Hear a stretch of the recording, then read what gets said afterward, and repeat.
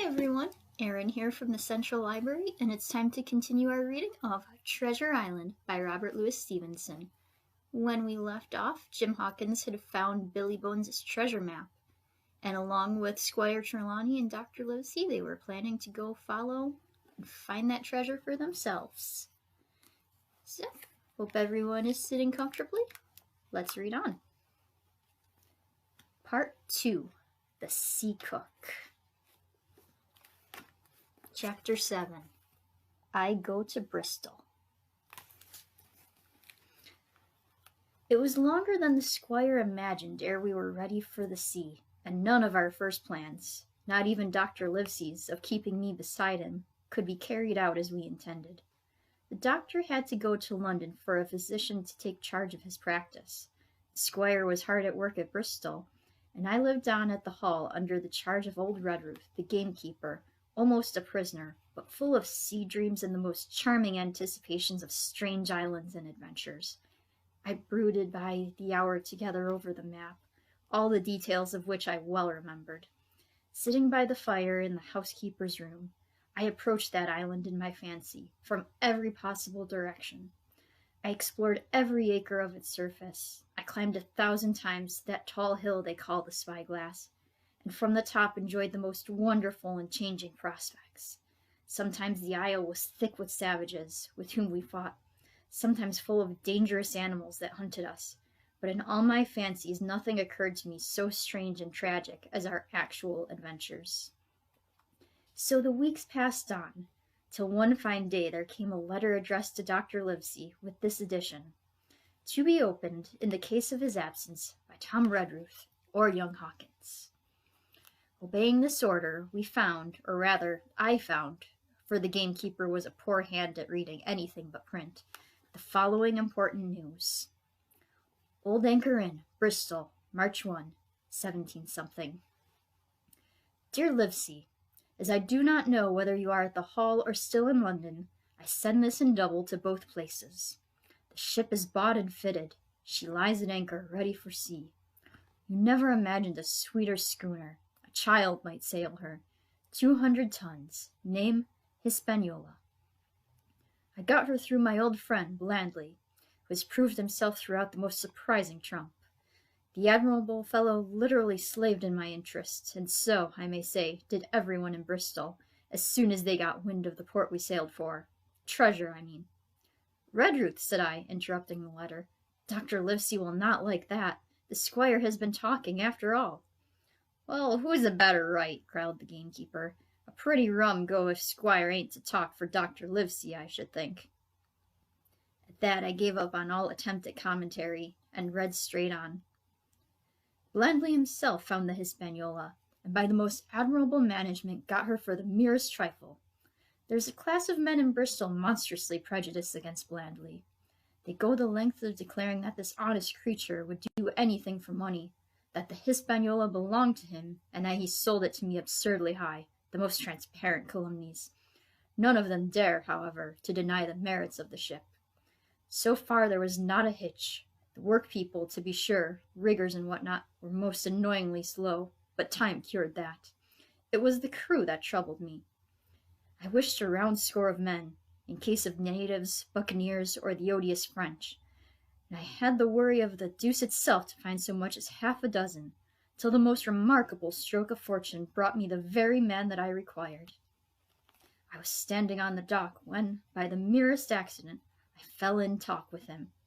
I found he was an old sailor, kept a public house, knew all the seafaring men in Bristol, had lost his health ashore, and wanted a good berth as cook to get to sea again. He had hobbled down there that morning, he said, to get a smell of the salt. I was monstrously touched. So would you have been, and, out of pure pity, I engaged him on the spot to be the ship's cook.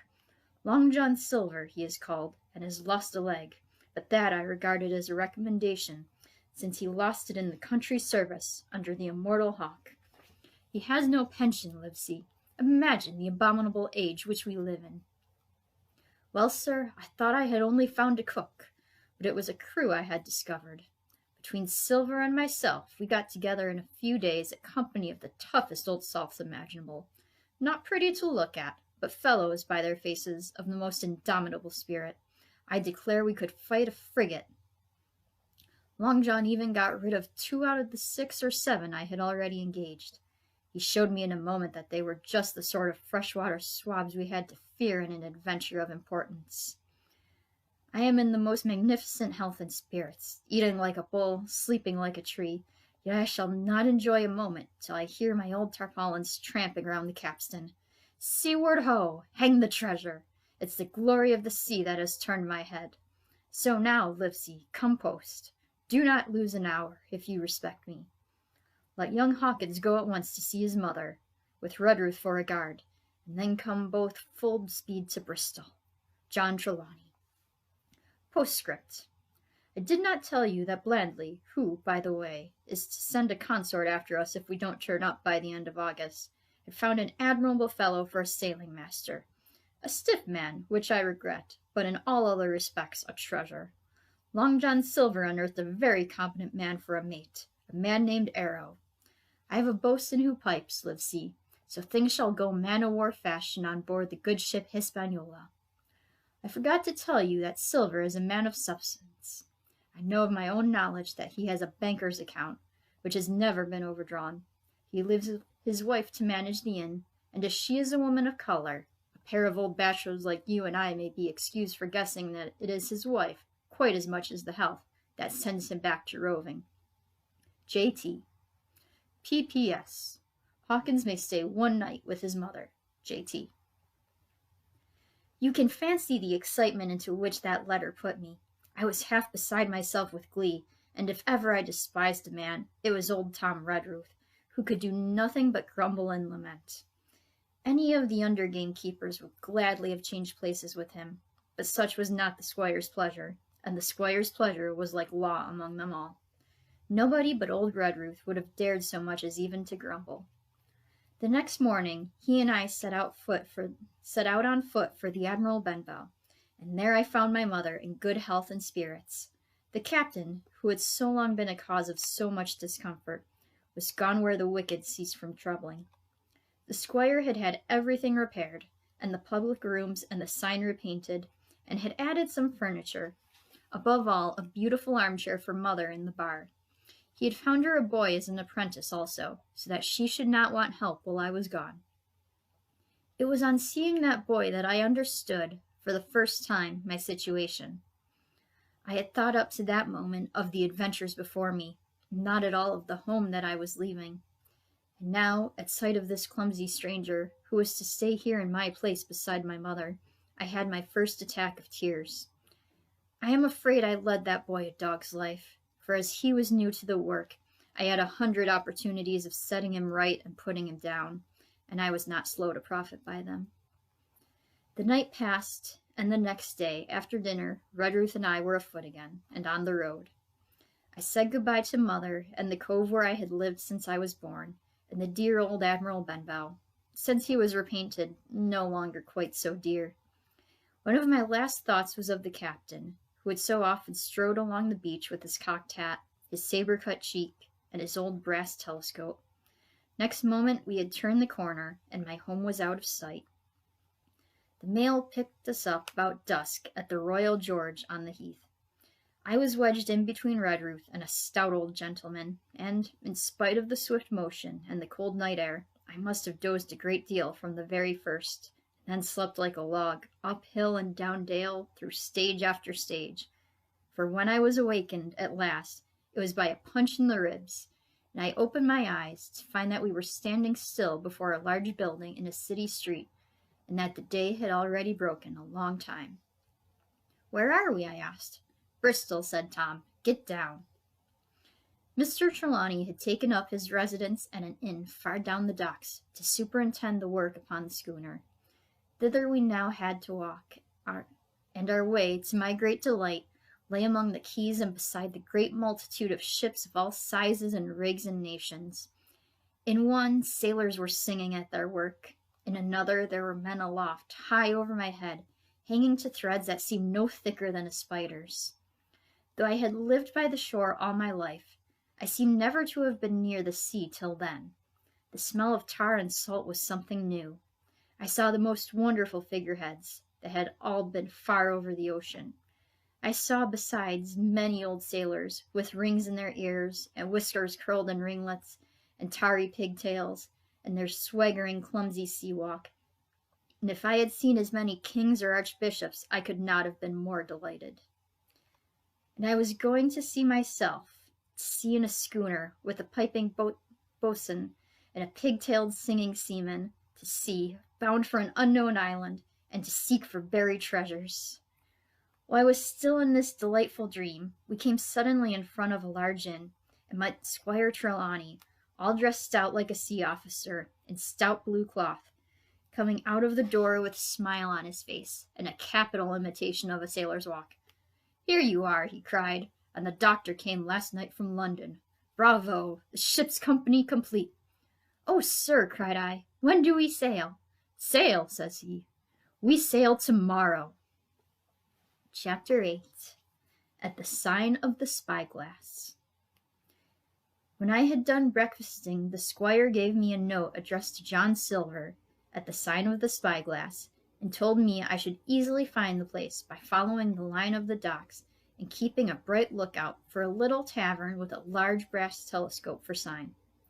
I set off, overjoyed at this opportunity to see some more of the ships and seamen, and picked my way among a great crowd of people and carts and bales, for the dock was now at its busiest, until I found the tavern in question. It was a bright enough little place of entertainment. The sign was newly painted, the windows had neat red curtains, the floor was cleanly sanded. There was a street on either side, and an open door on both, which made the large, low room pretty clear to see in spite of the clouds of tobacco smoke. The customers were mostly seafaring men, and they talked so loudly that I hung at the door, almost afraid to enter. As I was waiting, a man came out of a side room, and, at a glance, I was sure he must be Long John. His left leg was cut off close by the hip, and under the left shoulder he carried a crutch, which he managed with wonderful dexterity, hopping about upon it like a bird. He was very tall and strong, with a face as big as a ham, plain and pale, but intelligent and smiling. Indeed, he seemed in the most cheerful spirits, whistling as he moved about among the tables, with a merry word or a slap on the shoulder for the more favored of his guests.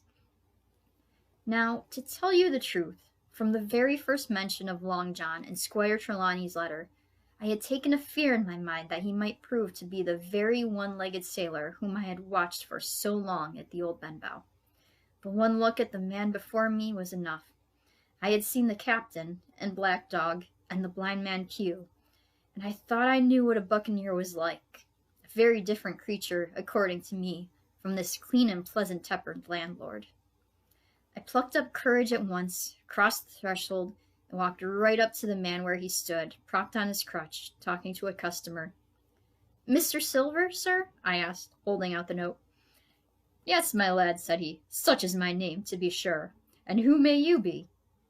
And then as he saw the squire's letter, he seemed to me to give something almost like a start. "Oh," said he, quite loud, and offering his hand, "I see.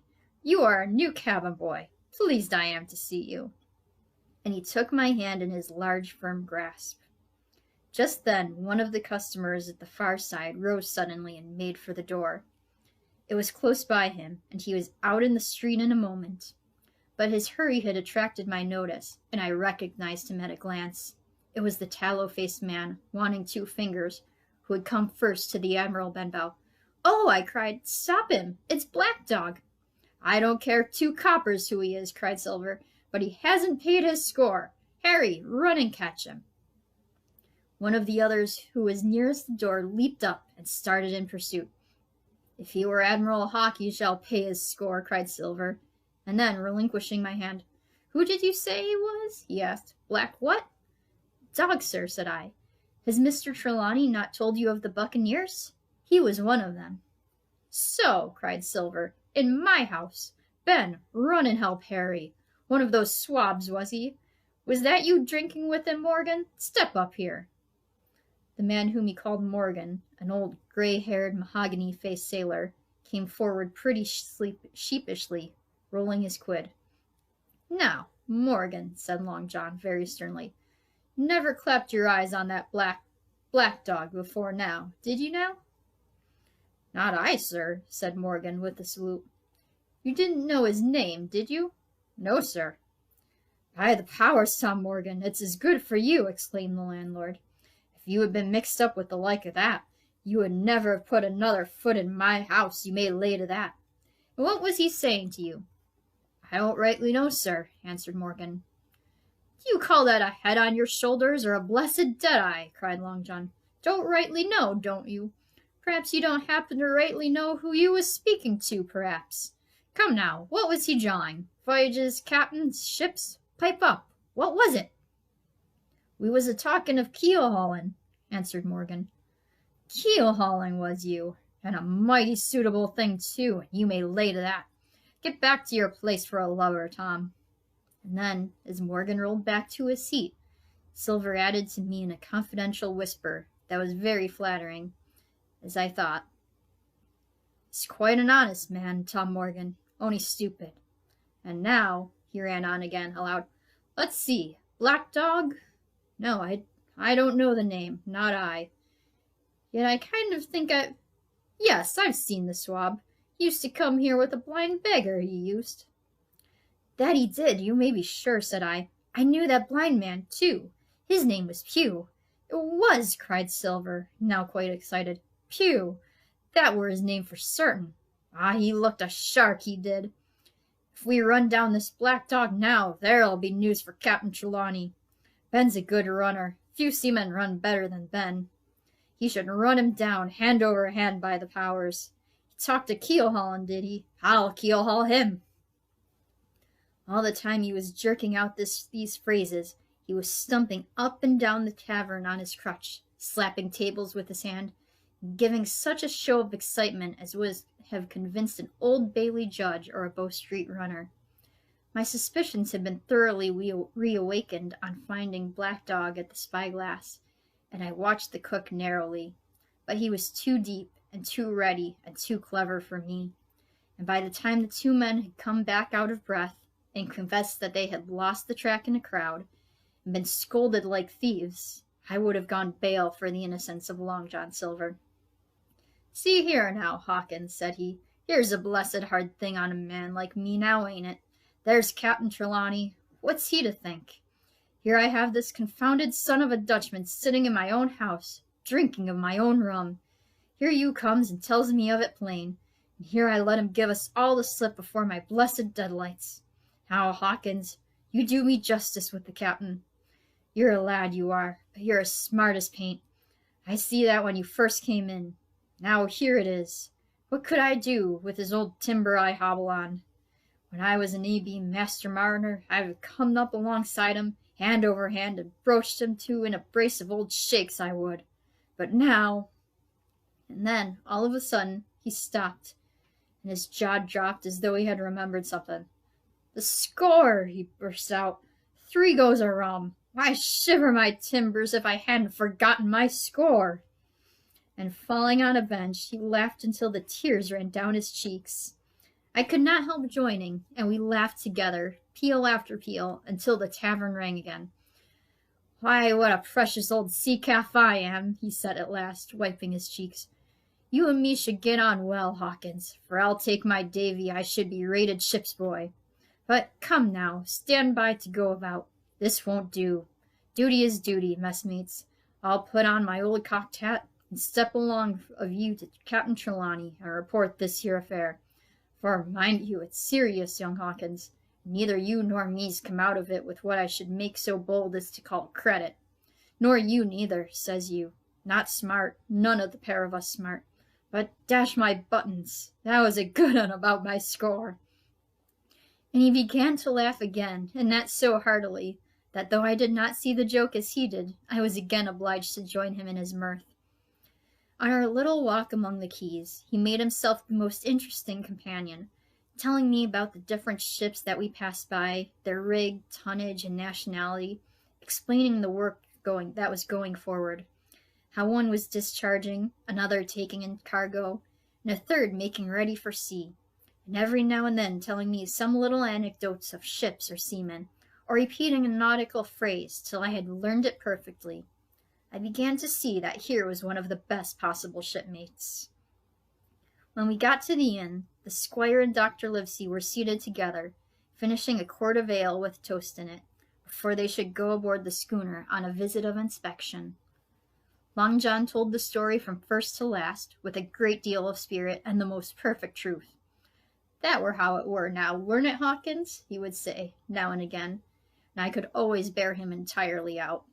The two gentlemen regretted that Black Dog had got away, but we all agreed there was nothing to be done, and after he had been complimented, Long John took up his crutch and departed. "All hands aboard by 4 this afternoon," shouted the squire after him. "Aye, aye, sir," cried the cook in the passage. "Well, squire," said Dr. Livesey, "I don't put much faith in your discoveries as a general thing, but I will say this, John Silver suits me." "The man's a perfect trump," declared the squire. "And now," added the doctor, "Jim may come on board with us, may he not?" "To be sure he may," says squire. "Take your hat, Hawkins, and we'll see the ship." And that is where we are going to leave off for today. Hope you enjoyed. Have a good evening. Bye, everyone.